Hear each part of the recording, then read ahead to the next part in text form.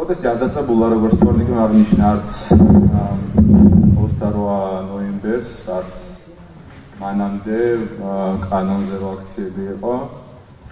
პროტესტი დაიწყო მაშინ, როდესაც ვიყავი ძალიან პატარა და მოკლეს სანდრო გირგულიანი, რომელიც იყო ჩემი ოჯახისგან ახლობელი. და მე ვხედავდი იმ პერიოდში, როგორ იბრძოდნენ ჩემი ოჯახის წევრები, ერთის მხრივ, მაგრამ მეორეს მხრივ ხედავდი იმ შიშს, რა შიშიც იმ დროს არსებობდა. მე მგონი ახსნა არავის არ ჭირდება, საიდან გამომდინარე და რა ხდებოდა იმ პერიოდში ზოგადად. და მაშინ დაიბადა პირველი კითხვა, რატო შეიძლება ადამიანის აზრის გამოხატვა შეიძლებოდეს რაღაცა საშიშროების მომტანია, რატო შეიძლება ადამიანმა იხსნოს საშიშროება, როცა უნდა აზრის დაფიქსირება და ამ ყველაფერს ვერ აკეთებს, იმიტომ რომ ალბათ ყველას გვახსოვს, რომ არც თუ ისე დიდი პროტესტი იყო ისეთ ამბებზე, რაზეც უნდა აუცილებლად უნდა ყოფილიყო ისეთი პროტესტი, როგორიც მაგალითად დღეს არის.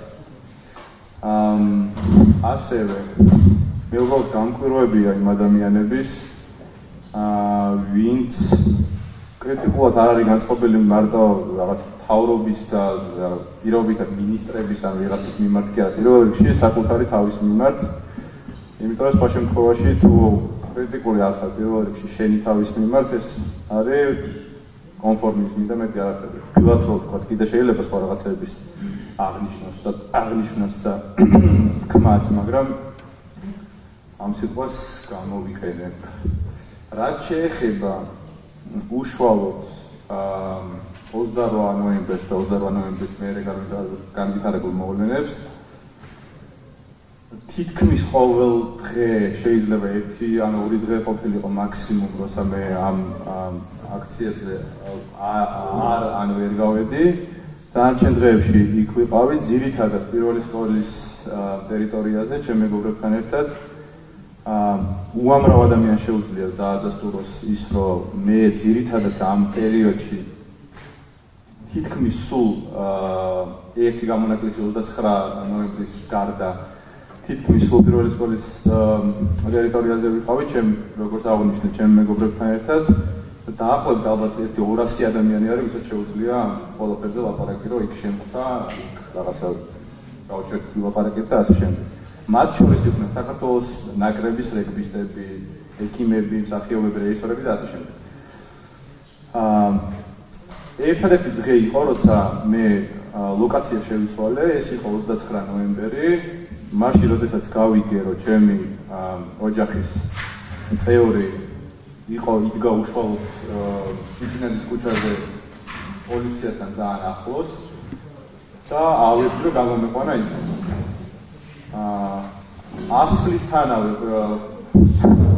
არ გამომყვა იქიდან, იქ დარჩა საბოლოოდ, მაგრამ ასვლისთანავე ისე მოხდა, რომ როგორც თორნიკემ თქვა, ალბათ 5 წუთში ასვლიდან გამოფრინდა შუშის ბოთლის, არაჯიშვილის 0.3-იანი, 0.5-იანი ბოთლი იყო და მოხდა ფეხში. ეს ყველაფერი აღწერილი არის სამედიცინო დასკვნაში. და მალევე, პრინციპში ძალიან მალევე, ეხლა უშუალოდ იმ ვიდეოებზე არ ვილაპარაკეთ, მაგაზე მოგვიანებით ვილაპარაკეთ, როცა ამის დრო იქნება და ძალიან მალევე დავუბრუნდი. იმის მერე იყო დაახლოებით 5 ან 6 დღე, როცა ჩვეულებრივად გავდიოდი იმაზე, რა ქვია, აქციაზე და იგივე ლოკაციაზე ვიდექი პირველი სკოლის ტერიტორიაზე, არც ერთი წამი არ მეეჭვია მქონია, რომ იქ შეიძლება რაღაც იმის რამე ან კითხვა დაებადოს, ან რამე რომც მქონოდა ამისათვის მაინც გავიდოდი, ანუ ეგეც არ არის პრობლემა უბრალოდ. ნამდვილად მე დარწმუნებული ვარ, რომ ვერავინ ვერ წარმოიდგენია ვინც აგზის იმას, რა მდგომარეობაშიც აღვნიშნი. თუმცა როგორც მანამდე ვთქვი და კაცები ვართ, ყველაფერს გაუძლებთ, უბრალოდ რაღაცა სამართლებრივი საფუძველი უნდა არსებობდეს. ეხლა თქვათ ესეც ის არის, ცოტა სასაცილოა. ხო და კიდე იმას დავამატებ, რომ იმ პერიოდში რამდენიმე დაახლოებით 4-ჯერ ან 5-ჯერ ტელევიზიასთან მქონდა ინტერვიუები. ყველგან ხარს უშუალდი, რომ ეს ის პროტესტია, სადაც ჩვენი პროტესტი უნდა გამოვხატოთ მშვიდობიანად, სხვადასხვა მშვიდობიანი პროტესტის საშუალებებით, მათ შორის 5 დეკემბერს, როცა მე სახლში შემოვიდნენ, არ შემოვიდნენ,